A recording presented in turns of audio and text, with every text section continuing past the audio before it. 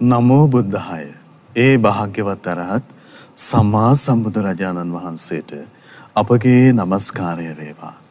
ඔබේ කලන මිතුරා ශ්‍රද්ධා රූපවාහිනිය ඔස්සේ මිලිඳු රාජ ප්‍රශ්නය නම් උතුම් සදහම් පිළිසඳර රැගෙන අද දවසෙත් අපි තාම දයාවෙන් ඔබ මුණ ගැහෙනවා. ඉතින් අපි මේ මුණ ගැහෙන්නේ 4 වෙනි වැඩසටහනේ. පෙර වැඩසටහනවලදී අපගේ පින්වත් ස්වාමීන් වහන්සේ ඒ පසුබිම් කතාව අපිට පැහැදිලි කරමින් මිලිඳු රජතුමන් නාගසේන මහරහතන් වහන්සේගේ පැන විසඳීම ආරම්භ වන අවස්ථාවත් අපිට පෙන්වා වදාලා අද දවසේ එතෙන් සිට අපේ සාකච්ඡාව ඔබට සමීප කරන්න අපිට අවකාශ ලැබෙනවා.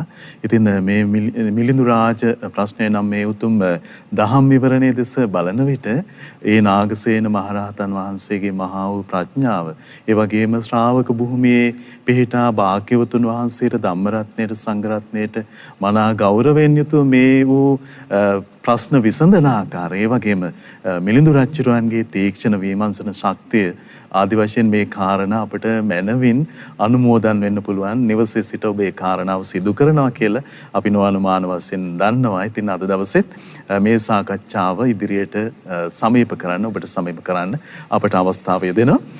මේ සාකච්ඡාව අපි ඔබට සමීප කරන්නේ ඔබේ සදැහැති දායකත්වය නිසා. ඉතින් අද දවසේ මේ උතුම් සදහම් පිළිසඳර සඳහා පින්වත් දායකත්වයේ සපයනු ලබන්නේ කැනඩාවේ පදිංචි පින්වත් ලිලි ප්‍රේමලතා මෑණියන්, ඒ වගේම නිල්මිනී සහ සමන් විජේවර්ධන පින්වත් යුවල, ඒ වගේම ශ්‍යාමා සහ කපිල පෙරේරා යන ඒ පින්වත් යුවල ඇතුළු පින්වතුන් විසින් දායකත්වයේ ඇතිව තමයි, ඒ පින්වතුන්ගේ දායකත්වයේ ඇතිව තමයි සදහම් පිළිසඳර ඔබට සමීප කරන්නේ. ඉතින් අපගේ පින්වත් ලොකු ස්වාමින් වහන්සේ අපි තාම ගෞරවයෙන් සිහිපත් කරගෙන මේ අවස්ථාවේ වන්දනා කරගෙනම අපි සාකච්ඡාව ආරම්භ කරමු.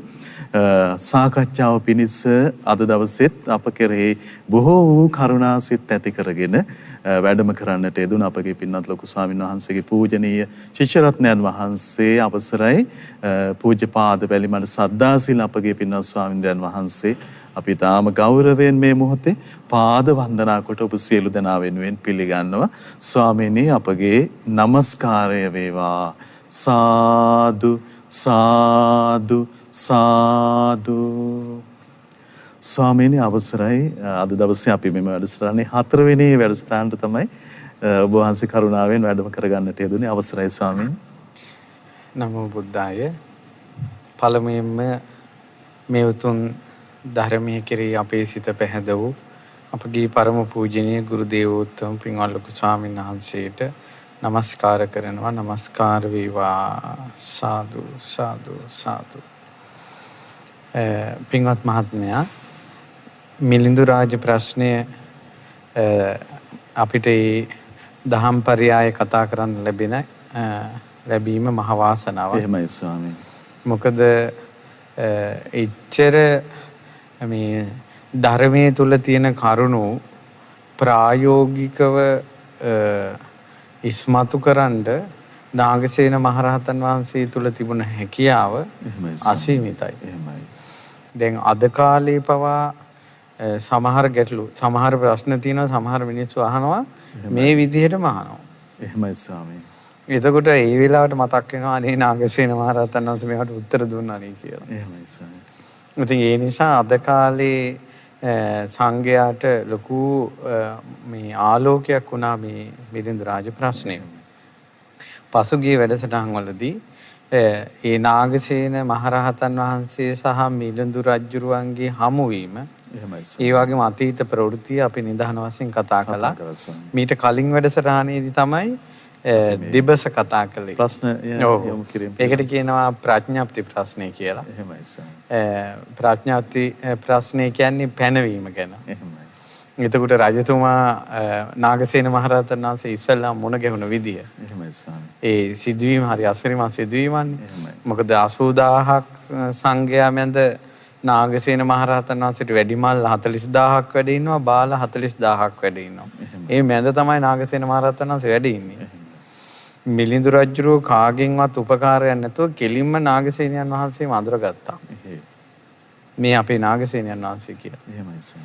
ඊට පස්සේ යකදුරෙක් දැක්ක ප්‍රේතෙක් යම්සේද එදා මේ කොසුමිටෙන් බැටකාපු රජුරෝ අර සාමණේර කාලේ ඒ බයටත් එක්ක බය වුණා කියනවා. ස්වාමීනි ඔබ වහන්සේ අපිට කරුණු පැහැදිලි කරලා දුන්නේ මේ සංස්කාරයන්ගේ ස්වභාවය පරිද්දෙන්. අවසරයි ස්වාමීනි.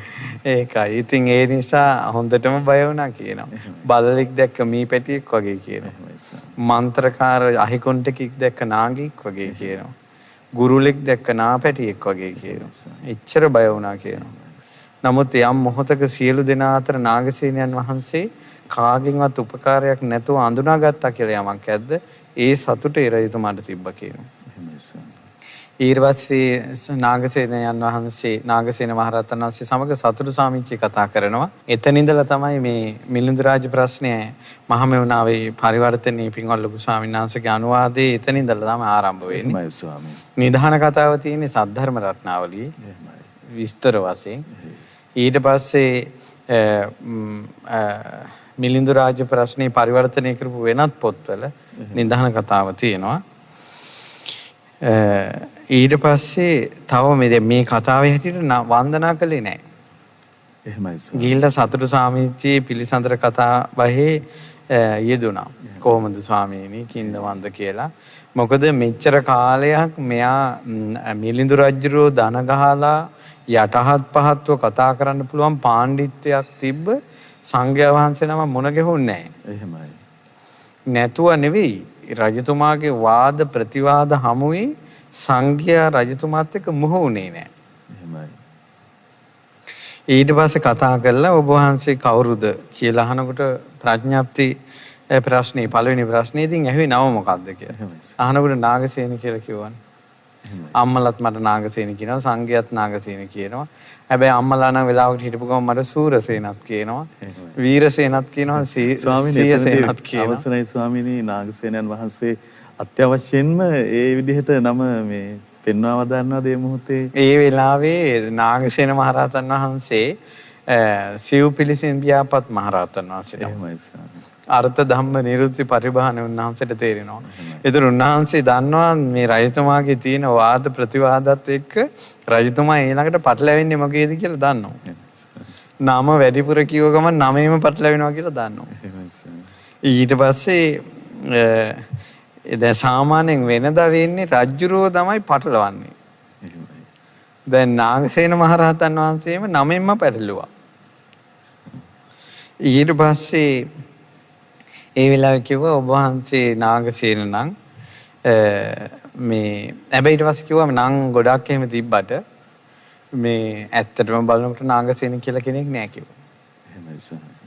එතන තමයි මතු කරන තැන. ඔව්. ඒ කියන්නේ අර ඒකේ අපූර්ව සිද්ධියක් අපි එක කතා කළා. ඊට පස්සේ මේ මතක වර්ජනයක් මේ කරන්නේ මේ ඉච්ඡර වැදගත් මේ කරුණු. ඒ කියන්නේ මගේ ආත්මයත් එක්ක මේ ලෝකේ පැනවීම එනවා කියන එකයි මේකේ තියෙන්නේ. සෑම පැනවීමක්ම මගේ ආත්මයයි කියන තැන ඉඳලා. ඊට පස්සේ මොකද උනේ කියනවා මේ දැන් ඔබ වහන්සේ කවුරුත් නැහැ කියලා කියනවා නම් ඉතින් මේ ඔබ වහන්සේ මිනිස්සු දාන දෙන්නේ කාටද? වඳින්නේ කාටද? සිවුරු සෙනසුන් පරිහරණය කරන්නේ කාටද? එතන කවුරු හරි ඔබ වහන්සේව ඝාතනය කළොත් එයාට ප්‍රාර්ථනා ඝාතය වෙන්නේ නැද්ද? නාගසේන කියලා ඇත්තම කෙනෙක් නැත්තම්. ඉතින් ඒ වෙලාවේ කියනවා මේ රජතුමනි ඉතින් මම කලින්ම කිව්වනේ මේ සංඝයා නාගසේන කියලා කෙනෙකුට කතා කරනවා කියලා. ඉතින් නාගසේන කියන කෙනා කතා කරනවා කියලා කෙනෙක් ගැන කිව්වනේ කිව්වා. ඒතර කිව්වා එහෙනම් ඔබ වහන්සේ කියන නාගසේන සංඝයා ඔබ වහන්සේට නාගසේන කියලා කතා කරන්නේ ඔබ වහන්සේගේ කෙස් ටිකටද? නෑ. ලොම් ටිකටද? නෑ. මේ ප්‍රශ්නේ රජුර වහන්නේ. එහෙමයි සර්. නිය පොතු ටිකටද? රහතන් වහන්සේ කියනවා නෑ. ඊට පස්සේ ওই විදිහට දෙතිස් කුණප කොට්ටාසිය ගැනම කියලා ඊට පස්සේ අහනවා මේ රූප වේදනා සංඥා සංකාර විඥාන වලටද? එහෙමත් නෑ කියනවා. එයින් වෙනත් දෙයක්ද? එහෙමත් නෑ කියනවා. ඊට පස්සේ කියනවා මොකක්ද දැන් ඔබ වහන්සේ කියන එක කොහොමද තේරුම් ගන්නේ? ඊට පස්සේ තමයි කියන්නේ රතේ උපමාව.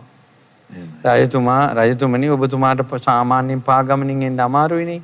එතකොට කොහොමද ඔබතුමා මේ මෙතෙන්ට ආවේ? ඊට පස්සේ කියනවා මම ආවේ රතේකින්. ඊට පස්සේ එහෙනම් කියනවා ඔබතුමා ආපු රතේ රෝද ටිකද? එහෙමයි. ඊළඟට අර මේ මැදිරියද? ඊළඟට අකුරද? ඒ කොටස් වශයෙන් කියනවා. ඊට පස්සේ නාගසේන මහරහතන් වහන්සේ මානව රජුරු කියනවා නෑ රතේ කියන්නේ ඔකට නෙවෙයි. එහෙනම් ওই කෑලි ටික ඔක්කොටමද නෑ කියනවා. ඇයි ওই කෑලි ටික ඔක්කොම එක තැනක ගලවලා තිබ්බට පස්සේ ඒකට රතේ කියන්නේ නෑනේ. මේකෙන් වෙනස් දෙයක්ද? ඒත් නෑ. කියනවා ඒ ටික ඔක්කොම එකතු කළාට පස්සේ හේතුඵල ධමයක් විදියට කියනවා ඔකට රතේ කියලා. ඊට පස්සේ ආන්නේ වගේ තමයි කියනවා කෙසුලොම් නියදත් සමමස්නහර ඇට ඇට මිදුළු සහිත මේ ශරීරයේ හේතුඵල ධමයක් වශයෙන් හැදුනට පස්සේ කියනවා මේකට මිනිසෙක් කියලා. ඒකට නම පනවන නාගසේන, සූරසේන, වීරසේන ඔබගේ නම සමන්නම් සමන් කියලා නමක් පනවනවා. ඉතින් ඒ නිසා ඊට පස්සේ මේ වජිරා සූත්‍රයේ ගාථාවක් නාගසේන මහරහතන් වහන්සේ දේශනා කරනවා.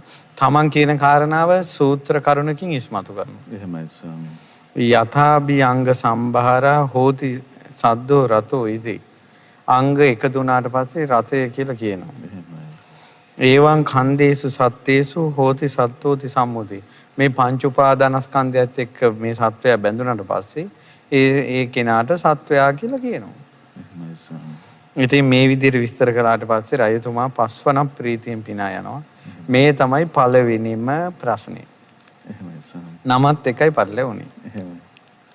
ඊට පස්සේ ඕන අද තමයි අද ඊළඟ ප්‍රශ්නේ. අවසරයි ස්වාමී. ඉතින් අද තියෙන වස් ගණන පිළිබඳව ප්‍රශ්නේ. ඊට පස්සේ දැන් රජුරු අහනවා නාගසේන මහරහතන් වහන්සේගේ ස්වාමිනී නාගසේනයන් වහන්සේ නුඹ වහන්සේ උපසම්පදාව ලබා වස් කීයකින් යුක්තද? දැන් උපසම්පදාව ලැබුවට පස්සේ ඒ උපසම්පදාවෙන් වස් කාලයක් ගත කළාට පස්සේ ඒක එක වසයි. ඊළඟ අවුරුද්දේ වස් කාලෙ ගෙවුනට පස්සේ වස් දෙකයි. ඊළඟ අවුරුද්දේ වස් ගෙවුනට පස්සේ වස් තුනයි. මේක ඔක්කොම වෙන්නේ උපසම්පදාවත් එක්ක. ස්වාමීනි වස් වාසය කරන්නේ පින්වත් ස්වාමීන් වහන්සේලා උපසම්පදාවෙන් පසුවද? උපසම්පදාවෙන් පසුව. නමුත් ඉතින් සාමණේර ස්වාමීන් වහන්සේලාත් වස් වාසය කරනවා. වස් වසනවා කියලා. නමුත් අර කෙනෙක්ගේ වස් ගණන ඇසීමේදී උපසම්පදායත් එක්කයි තමයි ඒක තියෙන්නේ. එහෙමයි සර්. දැන් සාමාන්‍යයෙන් අපි කෙනෙකුට උපසම්පදා ස්වාමීන් වහන්සේ නමක් තවත් ස්වාමීන් වහන්සේ නමකට වන්දනා කරනකොට අහන එක තමයි ඔබ වහන්සේට වස් කීයද කියලා. එහෙමයි. ඊට ඒ වස් ගාන අනුව තමයි වන්දනා කරන්නේ. පැවිදි වෙලා කොච්චර කාලයක්ද කියලා අහන්නේ සාමණේර අය. එහෙමයි ස්වාමී. සාමණේර අය අහනවා ඔබ වහන්සේ මහාන වෙලා කොච්චර කාලයක්ද කියලා. ඒ අනුව වන්දනා කරන උපසම්පදා කෙනෙක් අහන්නේ වස් කීයද? දැන් අපෙන් කවුරු හරි ඇහුවොත් ඔබ වහන්සේගේ වස් කීයද කියලා ඒතර අපි දන්නවා මේ අහන කෙනා උපසම්පදා කෙනෙක්. ඒ ගරු කරන්න හෝ යම් කටයුත්තකට අහන්නේ. දැන් නමුත් මෙතනදී මේ රජතුමා මේ පරිලවෙන්නේ අවසරයි සර්. ඒ නිසා තමයි රජුව අහන්නේ මේ ඔබ වහන්සේට වස් කීයද? ඊට කියනවා රජතුමනි මෙන්න මේ දැන් කතා කරන දහම් කරුණ මහත්තයා පුදුම වැදගත්. එහෙමයි සර්. මම ඒ වැදගත් ඇයි කියලා කියන්න. මේකේ තියෙනවා ඊට පස්සේ නාගසේනයන් වහන්සේ කියනවා මට වස් 7යි.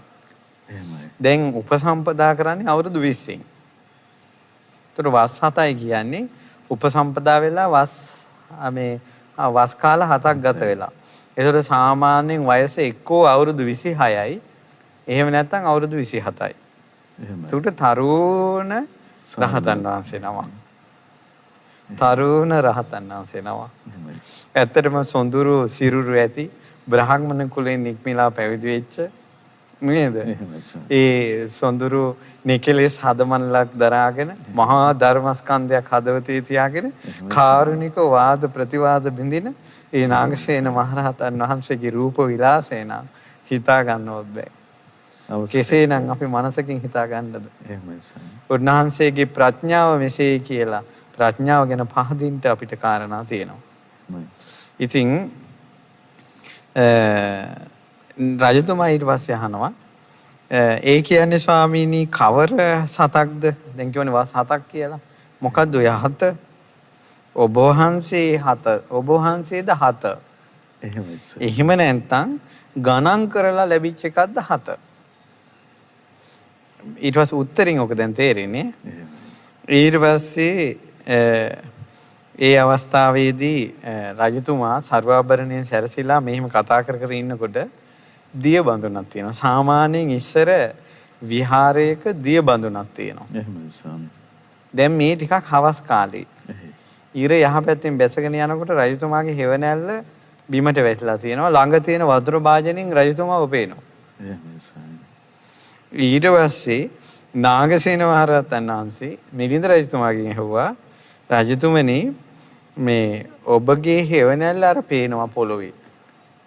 ඊළඟට දිය බඳුනේ දිස්සෙනවා.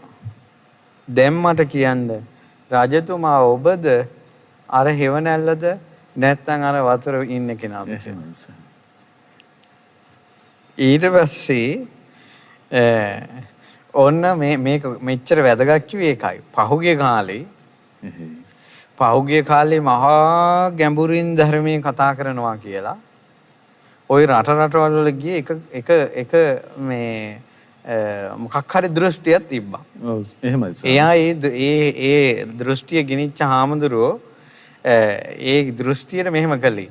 එක්කෝ ළමෙක් හරි අරන් ළමයා ඉස්සරහ පිට කණ්ණාඩියක් තියලා එහෙම නැත්නම් ගිරව් ටිකක් හරි සාතු ටිකක් හරි තියලා කණ්ණාඩියක් ඉස්සරහ තියලා අහනවා දැන් ඔබ ඉන්නේ මෙතනද මෙතනද එහෙමයි කියලා කරවපු කෝපු ගමන් අර මිනිස්සයා කැරකෙනවානේ. එහෙමයි ස්වාමීනි. දැන් මේ කතාව නේද මේ? එහෙමයි. ඊට පස්සේ අරක අහපු ගමම කෙනා ඇත්තටම දැන් කණ්ණාඩියෙන් Taman වගේම කෙනෙක් පේනවනේ. එතකොට ඇත්ත කෙනා එතනද මෙතනද කියලා අහපු ගමන් අර මිනිස්සයා කැරකිලා යනවා. ඔව්. ස්වාමීනි ඒක වෙනම භෞතික කාරණාවක් නෙවෙයි අර ප්‍රතිබිම්බයේ දිස්වීම. නෑ දැන් ඒකට උත්තරය අපි බලමු කොහොමද දෙන්නේ අවසරයි ස්වාමීනි. නේද? ඔය ඊට පස්සේ ඕකම පොඩි ළමයෙකුටත් ආරෝපණය කරලා එහෙමයි. පොඩි ළමයෙකුටත් ආරෝපණය කරලා පොඩි ළමයෙක් ලවත් ඕක එහෙම වුණා. ඉතින් ඔක්කොම කැරකිලා ගියා. එහෙමයි. මේ ලේසි නෑ මහත්තයා මේ වගේ ගැලවිලා යනවා කියන එක. මේ දෘෂ්ටි වලට අහු වෙන්නේ නැතුව ගැලවිලා යනවා කියන එක ලේසි නෑ. ඊට පස්සේ අම්මෝ මහා ගම්බීර පරම ගම්බීර ධර්මයක් හිතා ගන්න බැරි දෙයක් මේ කියන්නේ කියලා කියනවා.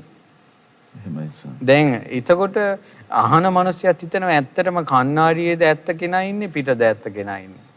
දැන් නාගසේන මහරහතන් වහන්සේ ඇහුවා රජතුමනි ඔබතුමාගේ ප්‍රතිබිම්බේ වතුරේ පේනවා. එහෙමයි. හෙවණැල්ලත් පේනවා ඇත්ත කෙනා කවුද? එහෙමයි සර්. කියපු ගමන් රජතුමා කිව්වා ස්වාමීනි රජතුමා මම නිසා හෙවණැල්ල තියෙනවා. මම නිසා වතුරේ ප්‍රතිබිම්බේ තියෙනවා. ඕකනේ උත්තරේ. එහෙමයි සර්. කණ්ණාඩියක් පෙන්නලා මේකස්සේ මෙයා ඇතුලේ ඉන්න කෙනාද හරි කෙනා පිටේ ඉන්න කෙනාද හරි කෙනා කියලා ඇහුවට පස්සේ එකෙක් නෑ උත්තරයක් දෙන්න මමයි මිනිස්සයා මගේ ප්‍රතිබිම්බේ මේ තියෙන්නේ කියලා. එහෙමයි සර්. ඉතින් මහා දහං ගැටයක් වගේ මේක ලෝකෙ පුරාම පැතිරිලා ගියා. ඔය පහුගිය කාලේ. ඊට පස්සේ ඔන්න මේ කියනවා ස්වාමීනි මා නිසා තමයි මේ හෙවණැල්ල හෝ ප්‍රතිබිම්බේ පවතින්නේ. මහරජාණනි ඕන් ඔය ආකාරයෙන්මයි ගණන් කිරීමෙන් තමයි උපසම්පදාව තියෙන්නේ. උපසම්පදා වෙලා 1යි 2යි 3යි කියලා ගණන් කරනකොට වස් කාලේ එන්නේ. නමුත් 7 කියන්නේ මට නෙවෙයි. ඒ සත්වසර පවතින්නේ මා නිසායි. මම ජීවත් වෙන්න නිසානේ 7 වසර තියෙන්නේ. මහරජාණනි සෙවණැල්ල උපමා කොට පැවසුවේ මේ කරුණයි. ඉතින් ස්වාමීනි නාගසේනයන් වහන්සේ ඊතා අසිරිමත් ස්වාමීනි නාගසේනයන් වහන්සේ ඊතා අద్භූතයි. ප්‍රශ්න විසඳපු ආයුරු නම් අති විචිත්‍රයි කියලා රජතුමා සන්තෝෂයටපත් වෙනවා. එහෙමයි ස්වාමී. ඉතින් මේකේ ඉගෙන ගන්න කාරණා තියෙනවා. අවසරයි ස්වාමී. ඒ තමයි මේ දැන් යම්කිසි දෙයක් පවතින්නේ යම් දෙයකට සාපේක්ෂව. එහෙමයි. දැන් ඔන්න අපි ගත්තොත් එහෙම බුදුරජාණන් වහන්සේ මේ විදිහට වදාළා. ඒ තමයි පංච උපාදානස්කන්ධය විදර්ශනා කරනකොට ඒ කිසිම තැනක නොඇලීම පිණිස පංච උපාදානස්කන්ධය විදර්ශනා කරන්න කියලා වදාලා දියුණු කරපු ප්‍රඥාවේ අතීත අනාගත පච්චුප්පන්න අතීත අනාගත වර්තමාන ඊළඟට අජ්ජත්තං වා බහිද්ධාවා ආධ්‍යාත්මික බාහිර ගොරෝසු සියුම් හීන ප්‍රනීත දුර ළඟ වශයෙන් 11 ආකාරයකට පංච උපාදානස්කන්ධය විදර්ශනා කරන්න කියලා තියෙනවා. එහෙමයි ස්වාමීනි. හොඳට විදර්ශනාවෙන් දියුණු කරපු ප්‍රඥාවෙන්. එතකොට ඒ කෙනාගේ හිත කිසි තැනකට ඇලෙන්නේ නැහැ. හැබැයි මම කියලා කෙනෙක් හිටියම තමයි අතීතය කියලා එකක් තියෙන්නේ. ඒ මට කලින් වෙච්ච ඒවානේ. තේරුණා නේද? මම කියලා කෙනෙක් හිටියොත් තමයි අනාගතය කියලා එකක් තේරෙන්නේ. එහෙමයි. මම කියලා කෙනෙක් හිටියොත් තමයි වර්තමානය කියලා එකක් තියෙන්නේ. ආධ්‍යාත්මික මගේ ඇතුලේ කියන එකක් තියෙන්නේ මම කියන කෙනෙක් ඉන්නකොට. ස්වාමීනි එතකොට විදර්ශනාව නිසා කාල වේදේ නැතුව යනවාද? කාල වේදේ නැතුව යනව නෙවෙයි කාලයේ මුලා වීම නැති වෙලා යනවා. අවසරයි ස්වාමීනි. කාලයේ මුලා වීම. ඇයි මිනිස්යාගේ හිත එක්කෝ අතීතයට දුවනවා. එක්කෝ වර්තමානයට දුවනවා. එක්කෝ අනාගතයට දුවනවා. ඇත්තටම හිත හැසිරෙනවනේ ওই තැන් තුන. එක්කෝ අතීතේ වෙච්ච දෙයක් අල්ලාගෙන දඟලනවා. එක්කෝ අතීතේ වෙච්ච දෙයක් සිහි කර කර රාගය උපද්දව ගන්නවා. එක්කෝ අතීතේ වෙච්ච දෙයක් අල්ලාගෙන ද්වේෂය උපද්දව ගන්නවා. එක්කෝ අතීතයේ දෙයකට මුලා වෙලා ඉන්නවා. සිහි කර කර අතීතේ මෙහෙම වුණා කියලා. එතකොට අතීතයේ කියන කාරණාවේ තියෙන දෘෂ්ටිය ප්‍රහාණය වුණාට පස්සේ යාගේ මගේ ආත්මය කියන අතීතයේ මුලා වීම ඔහු කරා පැමිණෙන්නේ නැහැ. ඊට පස්සේ අනාගතයේ සිහිනමවමවා ඉන්න එකක් තියෙනවානේ. එහෙමයි. වර්තමානයේ කිසිම 100ක් පාතක් නැති ජීවිතයක් තියෙනවානේ. ආන්නේ අවිද්‍යාව ඔහු තුලින් බැහැර වෙලා යනවා. මගේ ආත්මය කියන එක නැති වුණා. ඊළඟට ආධ්‍යාත්මික බාහිර තමා බාහිර කියන පැනවීම එන්නේ මේ මම කියලා කෙනෙක් හිටියොත්. එහෙමයි ස්වාමීනි. ඊළඟට ගොරෝසු සියුම් කියන එක. දැන් දෙවිවරු අපිට වැඩිය සියුම්. ඒතර එතන වෙනවනේ අපිට වැඩිය. එහෙමයි ස්වාමීනි. එතකොට අපි ඕලාරිකයි. එහෙමයි. දැන් දෙවියන්ට ගන්නකොට දෙවියන්ට මිනිසයා ඕලාරිකයි බ්‍රහ්මයෝ සියුම්. පැහැදිලි නේද? ඒ වගේ එයා ඉන්න තැනත් එක්කයි සියුම් ගොරෝසු බව තියෙන්නේ. ඊළඟට සාමාන්‍යයෙන් ගත්තොත් එහෙම මහා පර්වත තරම් ශරීර තියෙන പ്രേතාත්ම ගත්තොත් එහෙම ඒ പ്രേතාත්මයට අපි පුංචි ශරීර. ඒ අය මහා ඕලාරික ශරීර. එතකොට ඒ තමන් ඉන්න තැනත් එක තමයි තියෙන්නේ. එතකොට ගොරෝසු සියුම් හීන ප්‍රනීත දැන් දෙවියන් ප්‍රනීතයි අපිට වඩා. තිරිසන් ලෝකේ, പ്രേත ලෝකේ, පහළ ලෝක ටික හීනයි. ඒ බෙදීම ආවේ මම කියන තැනත් එක්ක. පුජ්‍යලික් කියන තැනත් එක්ක. ඊළඟට දුර ළඟ. මෙතන ළඟ වෙන්නේ, අතන දුර වෙන්නේ කාට සාපේක්ෂවද? තමන්ට සාපේක්ෂව. ඒතර මිනිස්යාගේ හිත සාමාන්‍යයෙන් එකම අරමුණක පවතිනවට වැඩිය අරමුණෙන් අරමුණට යන චිත්තචෛතසික ස්වභාවයක් තියෙනවා. එහෙමයි සර්. ඒ නිසා ශාස්ත්‍රුන් වහන්සේ කිසි තැනක මුලා නොවීම පිණිස යම් තාක් හිත හැසිරෙනවද අතීත අනාගත වර්තමාන ගොරෝසු සියුම් ඊන ප්‍රනීත දුර ළඟ ඒ 11 ආකාරයකම රූප වේදනා සංඥා සංකාර විඥාන කියන දේ මම නොවේ මගේ නොවේ මගේ ආත්මේ නොවේ කියලා දකින්න කිව්වා. ඒවා ඒ විදිහට බෙද බෙදා දකිනකොට හුදෙක් තමන්ටම තමා තුළින් ඥානයක් පහළ වෙනවා. කිසිම තැනක මෙතන හෝ බාහිර හෝ අතීතය හෝ 11 ආකාරයක්ම තුල මම මගේ ආත්මය කියලා දෙයක් නැහැ කියලා. ඒ විදිහට මේ සත්වයා පංච උපාස්කන්ධයෙන් නිදහස් වෙනවා. ඒකට හොඳටම තේරුම් ගන්න ඕන මේ ලෝකයේ මේ සියලු බැඳීම් මුලාවීම් තියෙන්නේ මම කියලා කෙනෙක් අල්ලාගෙන සිටීමත් එක්ක. ස්වාමීනි අවසරයි ඔබ වහන්සේ මේ දහම් කාරණා දිගින් දිගටම පැහැදිලි කරන්නට යෙදුණා. අර 11 ආකාරයකින් විදර්ශනා වඩන ආකාරය ඒක දැන් 11 ආකාරයකට විදර්ශනා වඩන හැටි දැන් මේ ප්‍රශ්නේ නැහැ. එහෙමයි ස්වාමී. මම මේක අමතරව විස්තර කළේ. ඒ කියන්නේ මම කියලා කෙනෙක් ඉන්න තැනයි මේ ඔක්කොම ප්‍රඥාති පැනවීම සාපේක්ෂ හැම එකක්ම තියෙන්නේ. මම කියන එක දැන් අපි ගත්තොත් ජාතියක් වශයෙන් ගත්තොත් ඒත් ඉතින් මම කියලා කෙනෙක් ඉන්න නිසානේ. එහෙමයි නේද?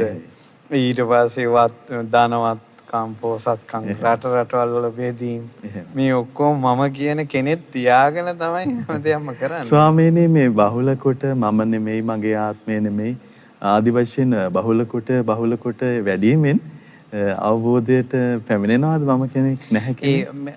මෙහෙමයි වචනෙන් හුරු කිරීම උපකාරයි. එහෙමයි සර්. වචනෙන් හුරු කිරීම උපකාරයි. එහෙමයි. නුවණින් විමසීම. ඒකේ මෙහෙම තියෙනවානේ සුතා, දතා, වචසාය පරිචිතා, මනසානුපෙක්ඛිතා, දිට්ඨියා සුප්පටිවිද්දා කියලා. ඒ තමයි මේ දිට්ඨියා සුප්පටිවිද්දා කියන්නේ ඒ දෘෂ්ටිය ඍජු කර ගැනීම. අහන එක හොඳට ඒ කරුණ අහන්න ඕන. සුතා, දතා ධාරණය කර ගන්න ඕන. වචසාය පරිචිතා වචනෙන් පුරුදු කරන්න ඕන. ඒ කියන්නේ ඒ අහපු දහං කාරණාව එයාට වචනයකින් ගොනු කර ගන්න පුළුවන් හැකියාවක් තියෙන්න ඕන. එහෙමයි. ඊළඟට නුවණින් විමසන්න පුළුවන් වෙන්න ඕන. ඊට පස්සේ ඒ ගැන තියෙන නිරෝල් බවක් එයාට ඕන. එහෙමයි. ආන ওই කාරණා පහෙන් අවබෝධයක් කරා යන්න එයාට මාවත හදලා දෙනවා. එහෙමයි. එතකොට ඒ නිසා මම නොවේ, මගේ නොවේ, මගේ ආත්මේ නොවේ කියන එක මනසින් පුරුදු කිරීම එයාට සමතයකට යන්න උපකාරයි. එහෙමයි.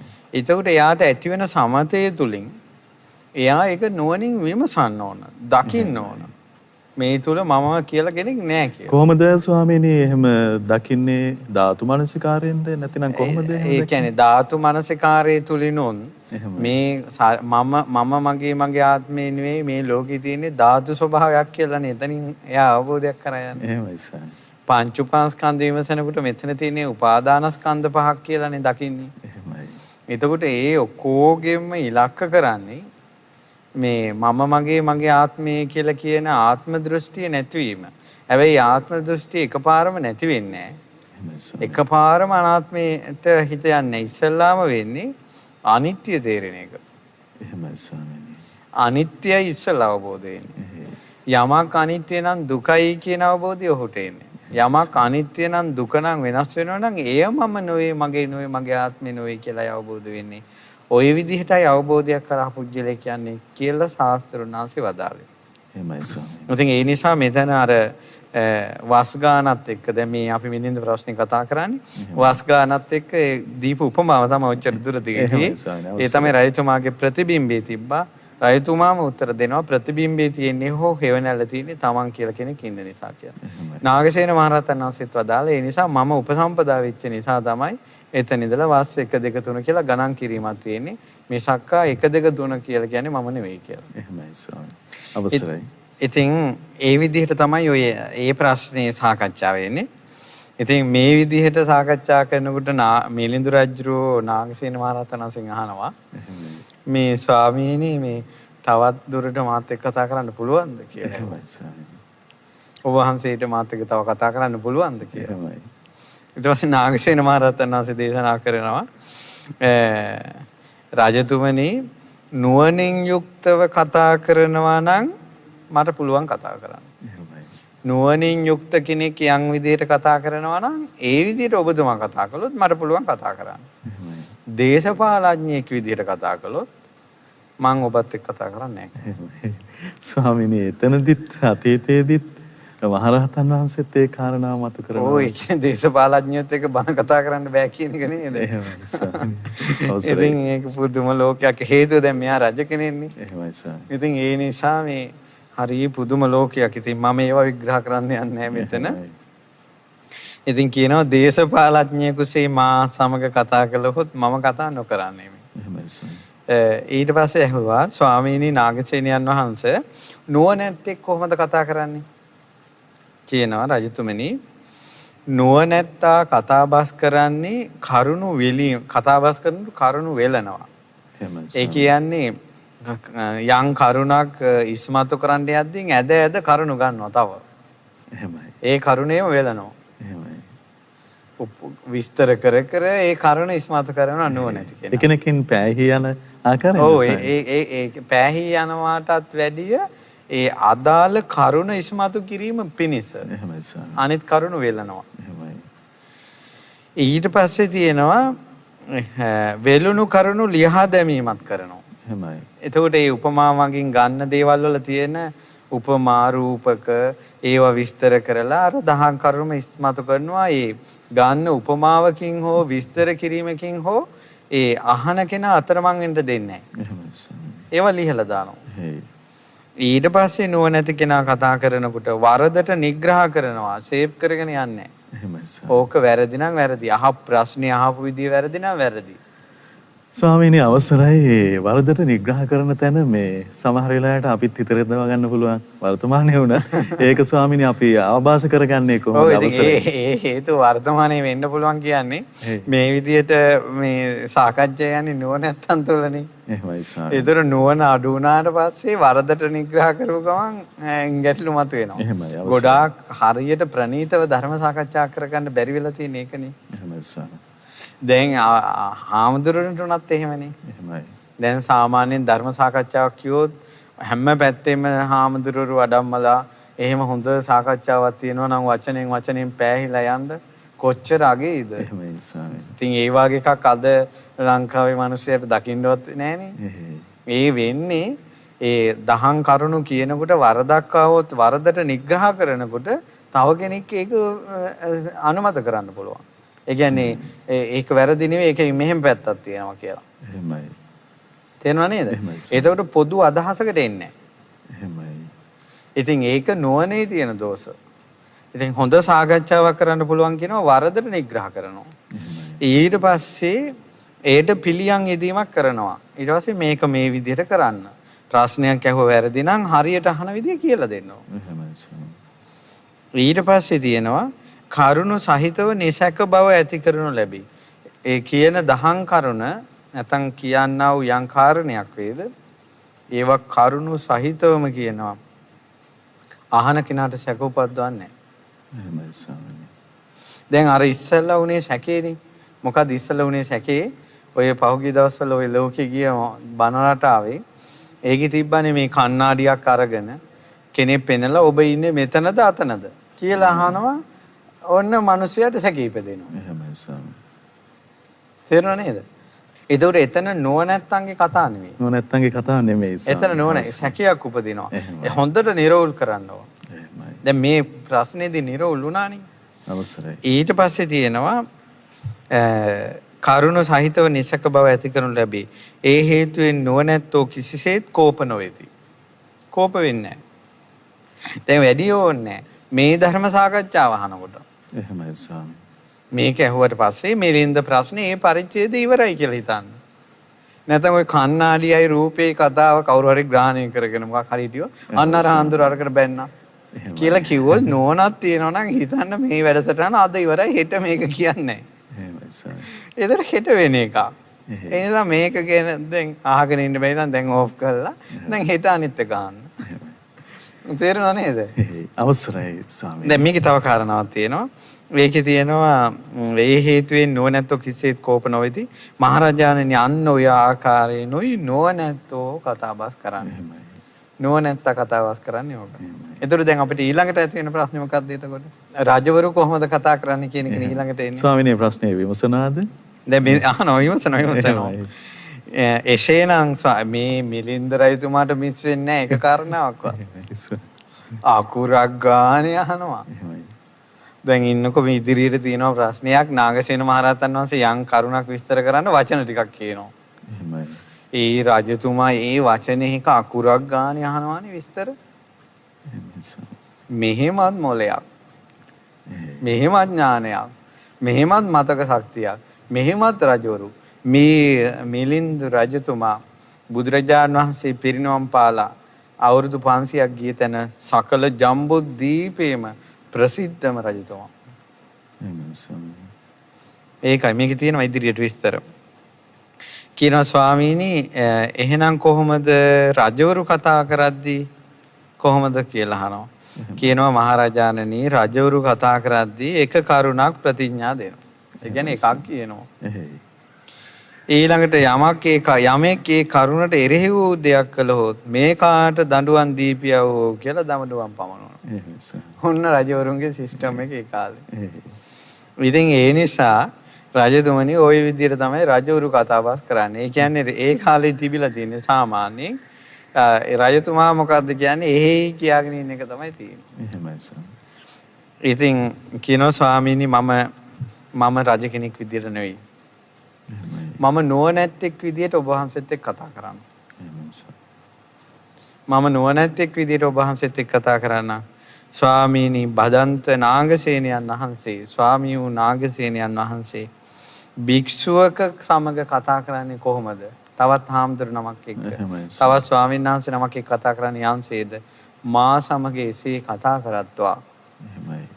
සාමණේර නමක් එක්ක කතා කරන්නේ යම්සේද? මා සමග එසේ කතා කරත්වා. ඒ වගේම විශ්වාසයෙන් යුතු උපාසකෙක් උපාසිකාවක් එක්ක කතා කරන්නේ යම්සේද? ආරාමිකෙක් එක්ක කතා කරන්නේ යම්සේද? මා සමග එසේ කතා කරත්. උපාසකෙක් සමග කතා කරන්නේ යම්සේද? ආරාමිකෙක් සමග කතා කරන්නේ යම්සේද? ඒසේ මා සමග කතා කරත්වා. ස්වාමීනි නාගසේනයන් වහන්සේ බදන්තයන් වහන්සේ විශ්වාසයෙන් යුතුව කතාබස් කරනසේක්වා. බය නොවනසේක්වා. මෙයා අධිරාජ්‍යයක්. දැන් මේ අධිරාජ්‍ය කියන වචනේ පාවිච්චි කරනවා. මෙතන අධිරාජ්‍ය කියන වචනේ පාවිච්චි වෙන්නේ මෙයා මහා බල සම්පන්න ආඥා බලයෙන් යුතු රජ කෙනෙක්. ඒ කියන්නේ මෙයා කිව්වොත් මෙයා මරලා දාපන් කියලා ඒ වෙලාවේ මරලා දාන්න තරම් රාජ්‍ය තේජස පිහිටි රජ කෙනෙක්. ඉතින් ඒ නිසා තමයි කියන්නේ ස්වාමීනි උපාසකෙක් එක්ක ආරාමිකෙක් එක්ක විහිරි වැඩ කරන මිනිසෙක් එක්ක කතා කරන විදිහට මාත් එක්ක කිසිම බයස්සක් නැතුව කතා කරන සීක්වා කියලා. ඉතින් හොඳයි මහරජාණනි කියලා ස්වාමීන් වහන්සේ අනුමෝදන් වුණා අපේ නාගසේනයන් වහන්සේ. අවසරයි. ස්වාමීනි අවසරයි. පින්වත් ඔබට මේ මිලිඳු රාජ ප්‍රශ්නයේ උතුම් සදහම් පිළිසඳර මනවින් අනුමෝදන් වෙන්න පුළුවන්. ඒ පිණිසයි විශේෂයෙන් ඔබේ කලන මිතුරා ශ්‍රද්ධා රූපවාහිනිය වගේම ලක්විරු ගුවන් විදුලියේ මේ උතුම් සාකච්ඡාව මහා සංඝරත්නයේ කරුණාවෙන් ඔබට දායාද කරන්නේ. ඒ අපගේ මිලිඳු රාජ ප්‍රශ්නයේදී අපගේ නාගසේන මහරහතන් වහන්සේගේ අපගේ නාගසේන මහරහතන් වහන්සේගේ තේජස් නුවණේ ආනුභාවය අනුමෝදන් වෙමින් අපි තවදුරටත් මේ සාකච්ඡාවේ රැඳෙනවා. අපි ස්වාමීන් වහන්සේ වන්දනා කරගන්න ස්වාමීනි අවසරයි. එතනින් පස්සේ ඊළඟ ප්‍රශ්නයට අපි එනවා. ඉතින් ඒකත් එක්කම දැන් මේ ඒ කොටස ඉවරුන්නේ නැහැ. ඒකත් එක්කම රජතුමා අහනවා ස්වාමීනි නාගසේනයන් වහන්සේ ඔබ වහන්සේගෙන් කාරණාවක් අහන්නද? එහෙමයි සර්. කියලා අහනවා. ඊට පස්සේ මහරජාණෙනි අහන්න කිව්වා. එහෙමයි. අහන්න කිව්වා. රජුරුගත් කටනම කිව්වා මේ ස්වාමීනි හරි මං ඇහුවා. එහෙමයි සර්. මම ඇහුවා කිව්වා. නාගසේන මහරහතන් වහන්සේ වදාලා රජතුමනි හරි මං විසඳුවා. එහෙමයි ස්වාමීනි. අහන විදියට උත්තරේ. තේරුණා නේද? මේ රජතුමා මේ කොහෙන්ද කියලා මේ බලන්නේ. එකපාරම දැන් ඇහුවා ඔබ වහන්සේගෙන් ප්‍රශ්නයක් අහන්නද? අහන්න කිව්වා. මං අහලා ඉවරයි කිව්වා. නාගසේන මහරහතන් වහන්සේ කිව්වා එහෙනම් මං උත්තර දීලත් ඉවරයි කියලා. ඊට පස්සේ ඇහුවා ඔබතුමා ඇහුවා ඔබ වහන්සේ උත්තර දුන්නේ මොකටද? ඊට පස්සේ ඇහුවා රජතුමනි ඔබතුමා ඇහුවේ මොකද්ද? ස්වාමීනි මේ රජතුමාගේ තවදුරටත් මේ නාගසේන මහරහතන් වහන්සේ විවිධ දිශාවකින් කොටු කරගන්න අදහසින්ද මේ ප්‍රශ්නේ? ඒක තමයි ඉතින්. හැබැයි මෙහෙම එකක්. අර සාමාන්‍යයෙන් අද කාලේ ගත්තොත් එහෙම අපි කියමුකෝ හොඳ පිතිකරුවෙකුට අපි කියමු ක්‍රිකට් කියලා පිතිකරුවෙකුට හොඳ බැට් එකකුයි බෝල් එකකුයි හම්බ වුණාට පස්සේ එයා අතාරින්නේ නැහැ නේද? ඒ වගේ ගොවිතැන්පත් කරන කෙනාට හොඳ උදැල්ලකුයි කුඹරකුයි වුණොත් අතාරින්නේ නේද? ඒ වගේම ඉන්ටර්නෙට් යන කොල්ලන්ට හොඳට ඉන්ටර්නෙට් වැඩ කළා ෆෝන් එකක් අහුන තුන් ඒක අතාරින්නේ නැහැ නේ. ඊට පස්සේ කතිකයාට කතා කරන මාතෘකාවකුයි කරුණුයි ගලාගෙන આવොත් නතර කරන්නේ නැහැ. ඒ වගේ මේ උපමා ටිකක් කියුවේ. ඒ වගේ තමයි රජතුමාට අර මෙතෙක් කාලයක් දැන් අවුරුදු මම හිතේ රජතුමාට අවුරුදු 40ක් 50ක් වෙනවනේ. මෙතෙක් කාලයක් විනාඩි 5ක් 10ක් පැහැදිලිවෙන් කතා කරන්න කෙනෙක් හම්බ වුණේ නැහනේ. ඒ හම්බ වෙච්ච ගමන් රජතුමා එක එක විදියට අහනවා. ඒක තමයි මේ සිද්ධ වුනේ. ඉතින් ඊට පස්සේ ඒ රජතුමා hina වෙනවා. hina වෙලා සතුටු වෙලා රජතුමාට මෙහෙම හිතෙනවා. දැන් ඔය තමයි විමර්ශන ප්‍රශ්නේ. යමක් විමසීම ගැන රජතුමා අහපු ප්‍රශ්නේ ඔය. ඊට පස්සේ තියෙන්නේ අනන්තකාය ප්‍රශ්නේ කියලා. අනන්තකාය ප්‍රශ්නේ කියලා කියන්නේ මේ අනන්තකාය කියලා මේ රජතුමාට ඇමතියෙක් කියනවා. එහෙමයි සර්. ඒ ඇමතියා නාගසේන මහරහතන් වහන්සේත් එක්ක ප්‍රශ්න කතා කරනවා ඒක තමයි මේ තියෙන්නේ. ඉතින් ඒක මේ විදිහට සිද්ධ වෙන්නේ. අවසරයි සර්. මිලිඳු රජුරවන්ට ওই විදිහට කතා කරනකොට දැන් හවස් වුණා. එහෙමයි. හවස් වුණාට පස්සේ මිලිඳු රජුරෝ කල්පනා කරනවා මේ භික්ෂුන් වහන්සේ නම් හරි ප්‍රඥාවන්තයි. එහෙමයි සර්. මේ ශ්‍රමණයන් වහන්සේට පුදුම නුවණක් තියෙනවා. එහෙමයි. ඒ නිසා මුන්නහන්සේ මාත් එක්ක කතා කරන්න මේ වගේ කෙනෙක් නෑ. මෙච්චරමයි කෙනා. ඒ නිසා මටත් ගොඩාක් දේවල් අහන්නත් තියෙනවා. එහෙමයි. දැන් මේ හවස් වුණා. මේ හවස් වෙලා කතාව පටන් ගත්තට පස්සේ මේක හරියන්නේ නැහැ. මොකද ඒ කාලේ ලයිට් නැහැ. ඊළඟට ගමම් බිමම් ප්‍රශ්න. දැන් රජ කෙනෙක් ආරාමයකට ඇවිල්ලා ඉන්නේ. එහෙමයි. තේරුණා නේද? ඔය වගේ ප්‍රායෝගික දේවලුත් එක්ක තීරණය කළ රජතුමා දැන් විමසන්ට වෙලාව නෙවෙයි කරුණු හෙට උදේට විමසන්ට තියා ගන්නවා. දැන් හිරු අවරට ගියා. ඒ නිසා හෙට රජගෙදරට වඩම්මලා නාගසේනයන් වහන්සේ රජගෙදරදී උන්වහන්සේගෙන් ප්‍රශ්න අහනවා. එහෙම කියලා හිතලා ළඟ හිටපු දේව මන්ත්‍රී මේ දේව මන්ත්‍රී හරිය හොඳ කෙනෙක්. මේ දේව මන්ත්‍රී තමයි මිලිඳු රජතුමා නාගසේන මහරහතන් වහන්සේ කරා ගෙන්නගෙන යන්නේ. ඊට පස්සේ දේව මන්ත්‍රීට කනට කොඳුරලා කිව්වා දේව මන්ත්‍රී හෙට ඇතුළු ගෙයි කතා බහ සිද්ධ වෙනවා. ඒ කියන්නේ හෙට රජමාලිගාවේදී තව ටිකක් කතා කරමු. ඒක අපේ මේ ස්වාමීන් වහන්සේට මතක් කරන්න. එහෙමයි. එතකොට ඔබ වහන්සේ ඉතුරු කතාව හෙට මේ මාලිගාවේදී අපි කතා කරමු කියන එක කිව්වේ නෑ. එහෙමයි ස්වාමීනි. ඉතින් බලන්නකෝ ඒ රජතුමානේ. අපිට හිතා ගන්න බෑ ඒ කාලේ තිබ්බ සංයමය නුවණ කෙනෙක් එක්ක කතා කරන්න ඕන විදිය. අද නම් තේරෙන්නේම නෑනේ. එහෙමයි ස්වාමීනි. තේරෙන්නේම නෑ. සමහරවිට දානේ වළඳද්දින් කතා කරනවා.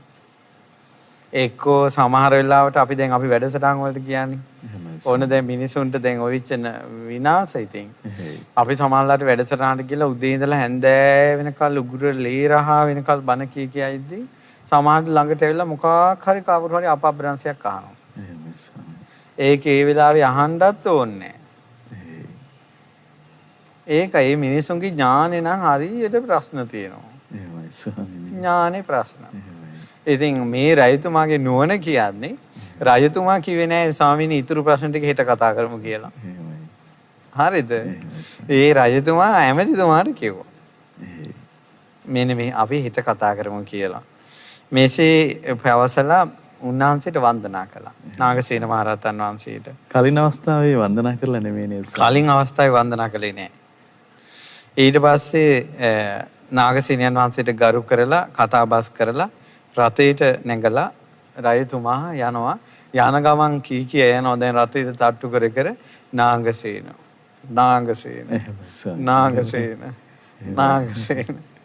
හමුවීම පුදුම සිද්ධියක්. කියන්නේ රජතුමාගේ ජීවිතේ නොසිතූ දෙයක් නේ. අවුරුදු 50ක් හිටියේ නෑනේ කෙනෙක් කතා කරන්න. දැන් අර ආරාමේ ඉඳලා මාලිගාවට යනකල්ම කී යනවා නාගසේන කී. ඊට පස්සේ මෙහෙම කියා ගියා. දේව මන්ත්‍රී ඒත් එක්කම අපේ නාගසේනයන් වහන්සේට වන්දනා කළකෝ ස්වාමීනි අපේ රජතුමා ඔබ වහන්සේත් එක්ක ප්‍රියමනාපව ආදරයෙන් සෙනෙහසෙන් කතා කරන්න කැමති හෙට ඇතුළු මේ රජකයේදී. ඒ නිසා ස්වාමීනි හෙට ඔබ වහන්සේත් එක්ක කතා කරන්න කිරීමේ කැමැත්ත අපේ රජතුමාට තියෙනවා කියලා වන්දනා කළා කියලා. ඔන්න ওই විදිහට තමයි ඒ දවස ගෙවිලා යන්නේ. එතකොට අපේ මිලිඳු රජතුමා නාගසේන කියන නමින් කියා රජගෙදරට යනවා. දේව මන්ත්‍රී වන්දනා කරලා පිටත් වෙලා යනවා. නාගසේනයන් වහන්සේ සංඝ පිරිසත් එක්ක හුදකලාවේ වනේ වැඩ ඉන්නවා. වරිද්දෙන් තමයි නාගසේන මහරහතන් වහන්සේ මිලිඳු රජතුමන් බැහැ දැකපු ඒ දවස නිමාවන්නේ. ඉතින් නාගසේන මහරහතන් වහන්සේ පිළිබඳව මතකේ නාගසේන මහරහතන් වහන්සේගේ නාමය සිහිපත් කරමින් රජතුමා රජමාලිගාවට පිටත් වෙනවා. ස්වාමිනීන් පසු සිද්ධි ගැලපෙන්නේ කොහොමද? අවසරයි. ඉන්පසු තියෙන්නේ පහෝදා දානේ සම්බන්ධයෙන් වඩම්මන කතාව. ඒකත් හරි සුන්දර සිද්ධියක්. මං හිතනවා අපි ඒ කතාවට අද නොයා අපි ඊළඟ වැඩසටහනේ යන්නේක හොඳයි. ඒතර ලොකු ප්‍රවේශයක් එනවා. ඒ වගේම කතාව සම්පූර්ණයෙන් ගැලපිලා යනවා. එතකොට පහවදාට සිද්ධ වෙන්නේ උන්වහන්සේ දානෙට වඩම්මන එක. ඉතින් එදා රාත්‍රිය රජතුමාට බොහොම සොඳුරු රාත්‍රියක් වුණා. ඉතින් මුළු දවසේම සිහි කරපු කතා සාකච්ඡා කරපු ධර්මයේ විමසා හිටියා. ඉතින් ඒ රජතුමාගේ ජීවිතේ වෙනස් කරන්න නාගසේන මහරහතන් වහන්සේ මුණ ගැහිම බලපෑවා. ඒ තමයි පළවෙනි දවසේ දා මුණ ගැසීමේ සිද්ධිය. ස්වාමිනේ ඔබ වහන්සේට උතුම් පුණ්‍යානුමෝදනා වේවා. ඉතින් ඒ රැය මුළුල්ලේ මිලිඳු නම් මේ රජතුමා නාගසේන මහරහතන් වහන්සේ පිළිබඳව ආවර්ජනා කරමින් ඒ ශ්‍රී සත්‍ය පිළිබඳව ආවර්ජනා කරමින් මේ මානසිකාර සහිතව රැය ගෙවන්නට ඇති. පසුදා රජමාලිගාවේ දන්වැට පැවැත්වීම ඉන් අනතුරුව යලි සංවාදයේ නාගසේන මහරහතන් වහන්සේගේ කවර ආකාරයෙන්ද සිදු වුණේ කියන පුවත අපගේ පින්වත් ස්වාමීන් වහන්සේ වන්දනා කරලා ඔබ සියලු දෙනා වෙනුවෙන් හෙට දවසේ මේ වෙලාවට විමසලා දැනගන්න අපි අවස්ථාව උදා කරගන්නවා. ස්වාමීනි අද දවසේ අපේ කාලය නිමා වුණ මේ සදැහැති පුණ්‍යානුමෝදනාව ඔබ වහන්සේට පිරිනමන්න අපි සූදානම් වන්නේ පින්වත් ලිලි ප්‍රේමලතා මෑණියන් ඇතුළු ඒ සදහැවතුන් තමයි අද දවසේ දායකත්වය අරගත්තේ. ස්වාමීනි උතුම් පුණ්‍යානුමෝදනාව සිදු කරන්න ඔබ වහන්සේට ආරාධනා කරන අවසරයි ස්වාමීනි. අද දවසේ මිලිඳු රාජ ප්‍රශ්නය සදහම් පිළිසඳර සඳහා දායකත්වයේ දරනවා කැනඩාවේ පදිංචි පින්වත් ලිලි ප්‍රේමලතා මෑණියන්, නිල්මිනී මහත්මිය සහ සමන් විජේවර්ධන මහත්මයා ඒ යුවල, ශ්‍යාමා සහ කපිල පෙරේරා යන යුවල මේ පින්වතුන් විසින්. ඉතින් මිලිඳු රාජ ප්‍රශ්නේ ඒ දහම් කරුණු අපිට ඉගෙන ගන්න ලැබෙන වාසනාවන්ත අවස්ථාව, ඒ හෝරාව මේ ලෝක වාසීන්ට ලබලා දෙන එක ලොකු වාසනාවක්. මොකද මේ මිලිඳු රාජ ප්‍රශ්නය සාමාන්‍යයෙන් විද්වතුන්ට එහෙම නැත්නම් සංඝයා අතර සුළු පිරිසකට සීමා වෙච්ච පොත් වංශේ නම. ඉතින් කියවන අයත් තමන්ගේ දර්ශනයට කියවනවා මිසක්කා ඒ දහම් රසයේ විඳලා ඒ දහම් අවබෝධයක් කරා යන විදියට කරුණු ගන්නවා ගොඩාක් අඩුයි. එහෙමයි සර්. ඉතින් මේ වැඩසටහනත් සාමාන්‍යයෙන් මූලික ආරම්භය නිදාන කතාවත් එක්ක මේ විදියට ගෙවුනට ඒ දහම් කරුණු විස්තර කරද්දී නුවණින් යුක්තව අහන්න. එහෙමයි සර්. එතකොට අද මුලින් කිව්ව කාරණාවක් තිබ්බා. ඒ තමයි මේ මම කියලා කෙනෙක් ඉන්න නිසායි පැනවින් ටික එන්නේ. එහෙමයි සර්. මම ලොකු අයියාය, මම පොඩි මල්ලිය, මේ ඔක්කොම එන්නේ ඊළඟට මේ තියෙන වාද විවාද ભેද බින්න. ඉතින් ඒ නිසා රහතන් වහන්සේ නමක් නා ඒ රහතන් වහන්සේලාට ભેද බින්න මොකුත් නැහැ. එහෙමයි. නාන්සේ සසරින් එතරට වැඩියා. ඉතින් ඒ නිසා ඉතින් රහත් නොවුන කෙනෙකුට ආත්මවාදයේ සිඳ නොවුන කෙනෙකුට මම මගේ ආත්මය කියලා බැසගෙන ඉන්න කෙනෙකුට එයාගේ හිත වහා ග්‍රහණය කරගන්නවා. එහෙමයි ස්වාමීනි. එයාගේ හිතේ වාද වේද ආරවුල් ඔක්කොම හට ගන්නවා. මේ ඔක්කොම අලකලංචි ටික තියෙන්නේ සක්කාය දිට්ඨිය බැසගෙන ඉඳීමත් එක්ක. එහෙමයි. ඉතින් ඒවා විග්‍රහ වෙනවා. ඒකට අඩුම තරමේ ඇත්තනේ නම් මේක කියන එක. ඇත්තනේ නම් මේක කියන කාරණාව හිතන එකත් වටිනවා. එහෙමයි ස්වාමීනි. ඒ නිසා අර මේ දහම් කතිකාවතත් අහනකොට ඒ දහම් කරුණු විමසන එක ටික ටික ඇති කරගන්න. ඒකට අර මිලින්ද ප්‍රශ්නයට ප්‍රවේශයක් විදිහට තමයි අපි ටිකක් අර බාහිර කරුණුත් එකතු කරලා මේ කරුණු කිව්වේ. දැන් ඉදිරියට එක දිගටම දහම් කරුණු විග්‍රහය එනවා. එහෙමයි සර්. මේ ගැඹුරු ධර්මයේ හොයන කෙනෙකුට මේ මිලින්ද ප්‍රශ්නෙත් අහලා හිත පහදවා ගන්න බැරි නම් ආයනාකින් තවත් ගැඹුරු ධර්මයක් කොහොමද කියලා හිතා ගන්න අමාරුයි. එහෙමයි. ඒකයි.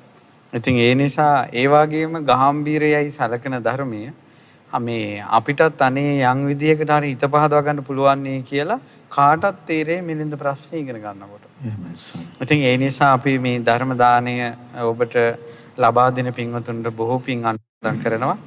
ඉතින් පළමුවෙන්ම සියලු දෙවි දේවතාවුන් වහන්සේලාට මේ පින් අනුමෝදන් කරනවා.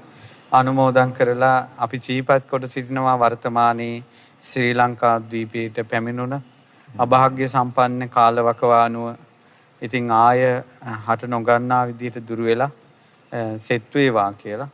ඉතින් ඒ සඳහා දෙවියන්ගේ උපකාර සැලසේවා කියලා සියලු දෙවි දේවතාවුන් වහන්සේලාට පින් පමුණවනවා. සියලු දෙවියෝ සතුටින් මේ පින් අනුමෝදන් වෙත්වා.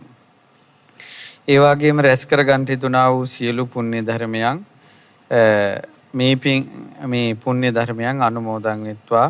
මේ පින්වතුන් නමින් මිය පරලෝකීය සියලුම ඥාතීන්ට සමම් මහත්මයාගේ මියගිය දෙමව්පියන්ට කපිල මහත්මයාගේ මියගිය පියාණන් ඇතුළු ඥාතීන්ට සියලුම ඥාතීන්ට ඔබ කවුරුත් නමින් මිය පරලෝකීය ඥාතීන් මේ පින් අනුමෝදන් වී පරලෝක සැපයටපත් වේවා කියලා සිත පතනවා. ඒ වගේම රැස් කර ගන්න තිබුණා වූ සියලු පුණ්‍ය ධර්මයන් අපගේ පරම පූජනීය ගුරු දේවෝත්තම පින්වත් ලොකු ස්වාමීන් වහන්සේට අනුමෝදන් වේවා. ඒ වගේම සකල සංගරුවනට ඒ වගේම සිල් මාතාවන්ට අනගාരികා මෑණිවරුන්ට මේ පින් අනුමෝදන් වේවා. සියලු සංගරුවන මේ පින් අනුමෝදන් වී ධර්මාභෝධයෙන් සැනසෙත්වා කියලා පින් පමුණවනවා. ඒ වගේම රැස් කර ගන්න තිබුණා වූ සියලු පුණ්‍ය ධර්මයන් අනුමෝදන් කරනවා ඇඩ්වින් ගලබඩගේ ලිලි මහත්මයාට, ඒ වගේම ලිලි ප්‍රේමලතා මහත්මියට, කුසුමා පෙරේරා මහත්මියට සහ සුජීවත්ව සිටින දෙමව්පියන්ට, ඒ වගේම හේලි සහ චාන්ස් විජේවර්ධන, චමීර සහ නිසා පෙරේරා යන දරුවන්ට අධ්‍යාපන කටයුතු සාර්ථක වීමට අනාගත ජීවිතයට ආශිර්වාද පිණිස මේ පින් අනුමෝදන් වේවා කියලා. ඒ වගේම මේ පින් අනුමෝදන් වෙත්වා සමන් විජේවර්ධන සහ කපිල පෙරේරා යන අයගේ සියලුම සහෝදර සහෝදරියන්ට ඉසුරු ගලබඩගේ ඇතුළු සියලු දෙනාට මේ පින් අනුමෝදන් වේවා. ඒ වගේම ශ්‍රද්ධා රූපවාහිනී ලක්විරු ගුවන් විදුලි ධර්ම දානයට සහ සම්බන්ධ වන සියලු දෙනාට පින් අනුමෝදන් කරනවා. මාසික දායකත්ව දරන සියලු දෙනාට පින් පමුණවනවා. ඒ වගේම ඔබ සියලු දෙනාටත් ඒ වගේම විශේෂයෙන් නැවතත් සිහි කරනවා කැනඩාවේ පදිංචි පින්වත් ලිලි ප්‍රේමලතා මෑණියන්, නිල්මිනී මහත්මිය සහ සමන් විජේවර්ධන කියන යුවළ, ඒ වගේම ශ්‍යාමා මහත්මිය සහ කපිල පෙරේරා යන යුවළ. ඉතින් මේ පින්වතුන්ට මේ ධර්ම දානය දුන්න පින් බලෙන් ඔබ කාටත් ධර්මයේ ඇසූ ඔබ සියලු දෙනාට සසර දුකින් නිදහස් වෙන්න මේ පින් උපකාර වේවා. සාදු සාදු සාදු සාදු. අප කෙරෙහි මහත්ම කරුණාවෙන් මේ උතුම් දහම් පිළිසඳර අපගේ පින්වත් ස්වාමින් වහන්සේ පවත්වා වදාළ අපගේ පින්වත් ස්වාමින් වහන්සේ මතක් කළ පරිදි ඔබට ඒ උතුම් ධර්මය විග්‍රහ වීම පිණිසම අවබෝධ පිණිසම ඒ උතුම් දහම් පිළිසඳර සිදුවන්නේ. ඉතින් අප කෙරෙහි කරුණාවෙන් මේ උතුම් දහම් පිළිසඳර පවත්වා වදාළ අපගේ පින්වත් ස්වාමින් වහන්සේට අප රැස් කරගත් සියලු පුණ්‍ය ධර්මයෝ නොවලහා අනුමෝදන් වේවා. සියලු සුවපත් භාවයේ වේවා, චිරජීවනයේ වේවා. පින්වත් ස්වාමින් වහන්සේට සුවසේම උතුම් චතුරාර්ය සත්‍ය ධර්මයම අවබෝධ වේවා. සාදු සාදු සාදු. එපරිද්දෙන්ම අද දවසේ සදැහැති දායකත්වයේ දරන ලද ලිලි ප්‍රේමලතා පින්වත් මෑණියන් ඇතුළු පින්වත් සියලු දෙනාට, ඒ වගේම පින්වත් ඔබ හැම දෙනාට උතුම් පුණ්‍ය අනුමෝදනා සිදු වෙලා ඔබ අප සෑම සියලු දෙනාටම උතුම් චතුරාර්ය සත්‍ය ධර්මයම අවබෝධ වේවා. සාදු සාදු සාදු. ඉතින් හෙට දවසේ සාකච්ඡාවෙන් මේ මිලිඳු නම් රජතුමා අධිරාජයා අපගේ නාගසේන මහරහතන් වහන්සේගෙන් කවරනම් ප්‍රශ්නය විමසන්නේද? ඒ මහා ප්‍රඥ වූ අපගේ නාගසේන මහරහතන් වහන්සේ ඒ ප්‍රශ්නේ කවර ආකාරයෙන් ලෙහා විසඳාලන්නේද? ආදි වශයෙන් මේ කාරණා අපගේ පින්වත් ස්වාමීන් වහන්සේගෙන් අපි හෙට දවසේ දැනගනිමු. විශේෂයෙන් මේ කාරණා ඔබට අනුමෝදන් වෙන්න අපි ආරාධනා කරන්නේ. ඒ වගේම මේ මොහොතේම අපගේ දහම් ගැටලුවන් අනුමාන වශයෙන් විසඳනවා වෙන්න පුළුවන්. එයත් දරාගෙන ධර්මයත් සුවසේ දරාගන්න මේ වෙසක් සමය අපි ඔබට ඉතාම දයාවෙන් ආරාධනා කරනවා. එහෙමනම් හෙට දවසේ ඔබේ කලන මිතුරා ශ්‍රද්ධා රූපවාහිනිය ඔස්සේ අපි යලි මුණ ගැහෙමු. එතෙක් ඔබ සියලු දෙනාටම සම්මා සම්බුදු සරණයි. නමෝ බුද්ධාය.